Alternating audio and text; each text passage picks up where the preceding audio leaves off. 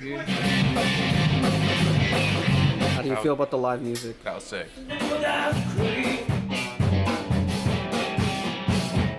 bro, you look like a skinhead. Save it for the music, dude. Maybe later.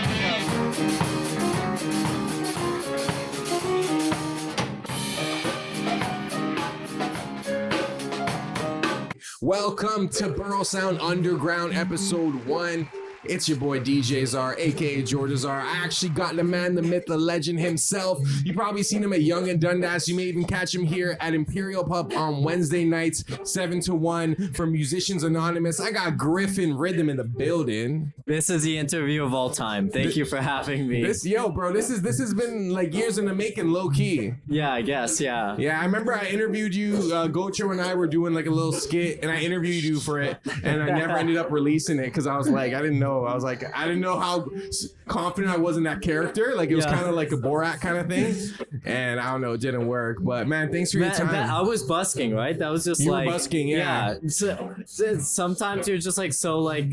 First of all, it's so physical, so it's like you're half alive, you're half present when you're like there. So like, I just remember GOCHO and you being there, and then I was like, I don't even remember what happened if we talked or whatever. But I don't remember a character. It's just like so much shit happens down there. Yeah, it's like. I came downtown in like a suit. I had a full-on suit, and you were playing "Blinded by the Lights" by The Weeknd. Like, I'm blind. Yeah, I remember that. But speaking on busking, how long have you been busking? Like, how'd you start doing that? So to backtrack, I saw. What's his name? I think his name is Mark. Mm-hmm. Mark something. He's like an OG Toronto busker. He's always out there for like the last 30 years. Okay. I remember seeing him when I was younger. He was playing like a cowbell and a little thing. It was like very minimalist, but it's like, I just love the energy, and he was like going as fast as he can. I was like, this is actually kind of lit. So one day I wanted to try it. So like I got my stepmom to drive me out. She drove me out before work. This was like fucking 6 a.m. Yeah. And it just didn't work out. It was probably one of the worst days of my life. Wow. Okay. And like I never really dealt with like, sorry for the improper use of the word, but crackheads and like crazy people and all this, but it was just a shitty day, and like I couldn't just run away because I didn't like have my stuff carted up or anything. So I don't know, that day kind of sucked. Then I went to audio engineering, and I had to make some extra money for the train. So like I just have to make the money. So I started like stacking on a card. I figured it out. Then I just brought it to class. I was that guy, but like it was just started from a thing between school. It's like, oh, I'm actually getting okay money from this, so I continued doing it. And then after, it's like kind of took a break, and then I went back to it. Then I realized if I could scale it up and do it a bit more serious, it could actually be a proper venture. So I feel like you're at that point now where you're like a recognizable figure when you go to Young and Dundas. Like, you know how you have, when you have that like Believe the Lord guy, like you have these like Toronto icons characters. I feel like you're now a part of it. Like when I step out of the Eaton Center, I expect to see you. You know what I'm saying? It's actually crazy. I was thinking about this, and my friend was just telling me the other day, but like I actually am very like a recognizable Toronto icon. You are. I remember one day I was walking back from here, and it was like 1 or 2 a.m. Nobody outside. I went to Popeyes. It was a 24 hours Popeyes, and the guy's like, "Hey, you're Griffin, the drummer." I'm like, "Oh shit!" Jeez. And then like right after I was walking out of Popeyes, there was a cyclist. He's like, "Yo, you're that drummer, Griffin, right?" I'm like, "Holy shit!" Like there's like nobody out, and the two people who are like actually outside actually know me. So like, I am a recognizable icon. It's very weird sometimes, but it's very awesome. I love it. Are there like groupies for busking? Like are there girls who like love buskers? They're called Griffies. Griffies.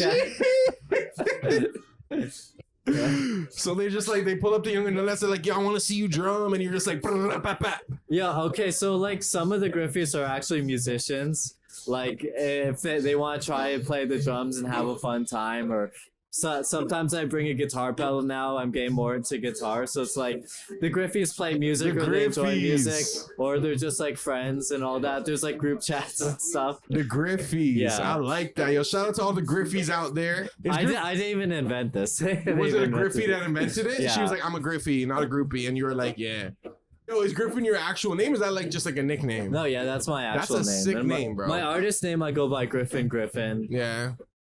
So we're at the jam sessions happening right now, but you're multi-instrumentalist. Like you play, so what, you play drums, guitar, bass? I like to pose it as like I'm a producer. So if I need to play drums or I need to play guitar, piano, or fucking whatever, then I'm able to. I'm mainly a drummer. I played that for like 13 years, but I've also played guitar for like 7 odd years. I took piano lessons in high school, and I'm not the best at those, but I try to play them. But drums are your foundation. You see, like that's like your bread and butter. That's what you're best at. I feel like they're most influential to me because when I produce music, it's very rhythm oriented. Whereas like the melodic stuff, like there's scales or there's like chords, and I like big jazzy chords and stuff. But like you could tell it's like a drummer made this. So when from an audio engineering perspective, because I'm also an audio engineer, so I was curious, when you start, say you're composing a beat, do you like to start with the rhythmic section first, or are you more like melodic and like you'll play with the keys and, you know, bass first and then add the drums, or do you like to start with like a rhythm? I mean, you would probably understand. Sometimes you're making music for somebody, and it's like, okay, I'll follow like a standard progression or something like that. But then, like when you're by yourself, you're just experimenting. So sometimes it might be like you make an extremely distorted drum loop or something, and then you use that. So it depends who I'm with or what it's for. But typically, I'd say it starts with like drums or something like that. So how did you start Musicians Anonymous, this kind of gathering you have weekly every Wednesday, right? Yeah. 8 to 1. Yeah. Imperial Pub, right by Yonge and Dundas. Everyone check it out if you can. When did you start that, and why did you start this? Okay, so I mean, there was a lot of Griffies who wanted to jam, and a lot of musician friends. The Griffies. And I basically wanted to start a jam, but I didn't want to do it like every week or anything. I wasn't too invested in it, so I'm like, I'll start the event like once every month so I can show there's people and I have the time to plan it and all that. So I was doing that for a while, and then I kind of stopped it, and then I was like, okay, we come here every Wednesday. It's like there's this music room in the back that literally no one's using on the Wednesday. So like it was kind of intuitive. We wanted to jam, and then we just kind of organized this to be every week. That's how it's been. And it's really cool. Like if anyone hasn't been, it's really open format. Like you can just go on, you're kind of jamming. I just went on, played the piano. I was nervous. I was telling GOCHO, I'm like, yo, these guys are like, yo, you killed it. I was all not right, playing bro. with people. Like, yeah, that's pretty good. Yeah, like it's a better feeling, honestly, playing with people, because one, less pressure, different vibe. There's more collaboration, and there's less pressure on like individual performance. Like I feel like if you're messing up, your band can kind of like save you, and like people, you know, whereas if you're like a solo performer and you mess up, it's super noticeable, you know. And yeah, man, I'd love to, like, I'm gonna try to come more and like get better. I feel like I need to improve my theory, because I think a big part of jamming is just knowing theory and being able to like identify what key you're in, what notes go in that key. Yeah, you were definitely getting the keys, but like the thing with me, like even a few weeks ago, I was much worse at piano or guitar. And then like I just like come to the jam and I play because there's no one on it. It's nice because it's my jam. It doesn't give a shit if it's bad or good or whatever. They're like, it's me, right? So like I figure out the chord progression they're doing, then like I just play that for like 5 minutes, and then it kind of gets ingrained in you. You didn't have that progression before, but the next week you'll probably remember it. And then every week you just slowly get better. And it's like you don't have to practice home. So that's why I like jams. Sometimes it forces you, or you're out of your element, but then you you understand the conventions of the jamming, and it makes really you better. helps. This is actually a good segue to my next question, because I know you're really into the live performance aspect of music. How do you feel like live music has changed over the last few years with, like, you know, the oversaturation of music on digital platforms and stuff? Do you feel like live music is still super prominent, or is there kind of like a decline in it? I mean, it's hard to say personally. Well, I mean, you could probably look at it statistically, but I would say the trend for the last 10 years has been people are getting a bit more antisocial. I kind of like just trying to build a community aspect.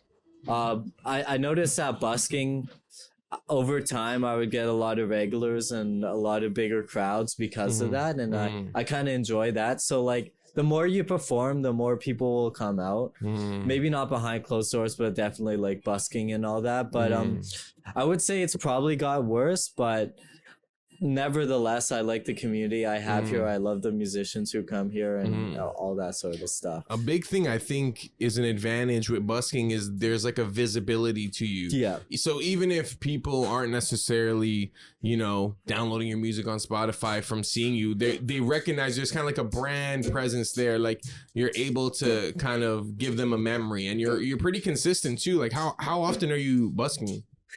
Like every day? Like when like 2022 March, probably around April, I think I started, and it was pretty much like every day until like July, and then my body started breaking down. I was like, okay, I gotta have some rest days. It started getting colder, so I was like, okay, every weekend now instead of every weekday. But it was pretty much like every single day. I remember from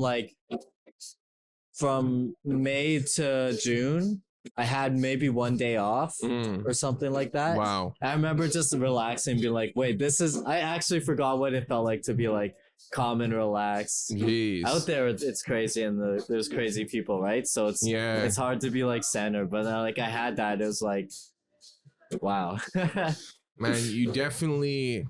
I feel like seeing you busking and performing and like seeing how talented you are, you're definitely like a rock star, bro. Like you're already a rock star, but it's just a matter of time before, you know, the world recognizes it, and then you forget about people like me and GOCHO, you know, and you're packing up stadiums. That's not true.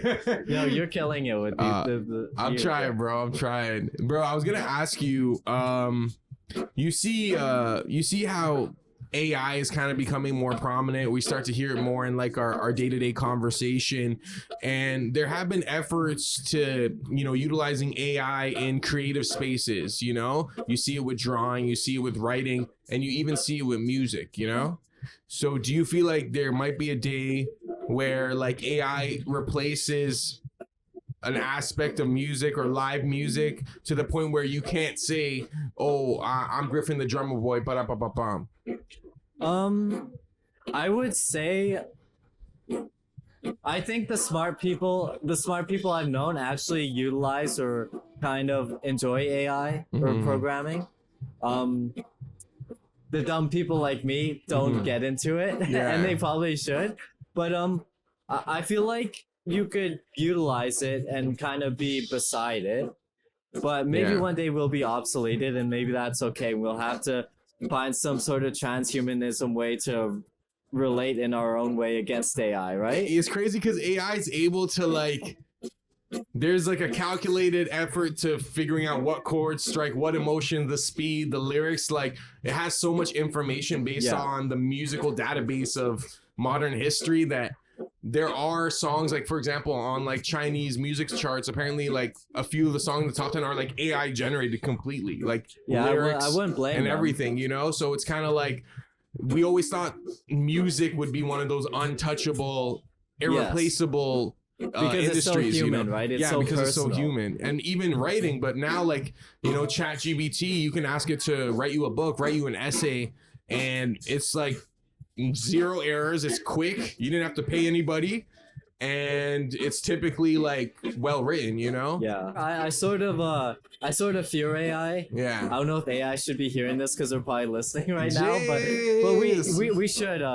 we should fear AI and maybe fight back or something like that. But for the time being, I definitely feel like it's kind of like you have so many resources in your brain to like work on lyrics, work on songs, work on progressions, on sounds, and it's kind of a fluke where like a hit song comes out. Like for example, Gangnam Style, like that's not a typical synth. That's not typical lyrics, but like it somehow works. So I feel like there's still gems like that for the next 20 years that could still come out. But at the same time, a lot of the more simplistic songs could easily be made with AI. But at the same time, if we're dedicating like the lyrics to the AI, the chords, then that means the engineer or whoever, the writer, the people in the back room who are working on that, they have more headspace to work on different elements of the music. So I feel either way that music will be elevated for the time being because of we have more resources to focus on sound design or instruments, VSTs, blah blah blah. You know what I'm saying? I think there's a lot of room for different genres to kind of be protected or have a bit of a safe space from AI. I feel like pop music or maybe rock music, it's a bit more simplistic, other than like guitar sounds, for example. But I feel like a lot of things are not replicatable by an AI very 100%. Easily. I feel like my music personally is extremely complex to the point that like if I heard an AI come up with this, I'd be concerned that they're like they don't have some sort of intelligence that is concerning, right? So like I feel like there's different kinds of electronic music, like for example like Arca's music or something like that, something that's so wildly complex and like obviously you could tell an AI to be like, oh, make an archetype, but you can't tell it to like be an Arca or like some sort of crazy musician with a whole style, a whole personality. Crazy, you know what I'm saying? No, I feel you. How often have people told you look like Ron Jeremy? I actually never. How does that make you feel? I guess sexy. Do you know him from just like the ads on the side, or you actually just like watch his shit? I just know him from word of mouth. Word of mouth? Yeah. No, you definitely look like Ron Jeremy. Yo. All right, yo, Griffin, thanks for your time, bro. Yo, make sure you guys follow Griffin Rhythm. If you guys see him at Young and Dundas, make sure you check him out. Check him out at Musicians Anonymous Wednesday nights at Imperial Pub 8 to 1. And, you know, come jam, have a good time. Until next time, yo. Peace. Yes. All right.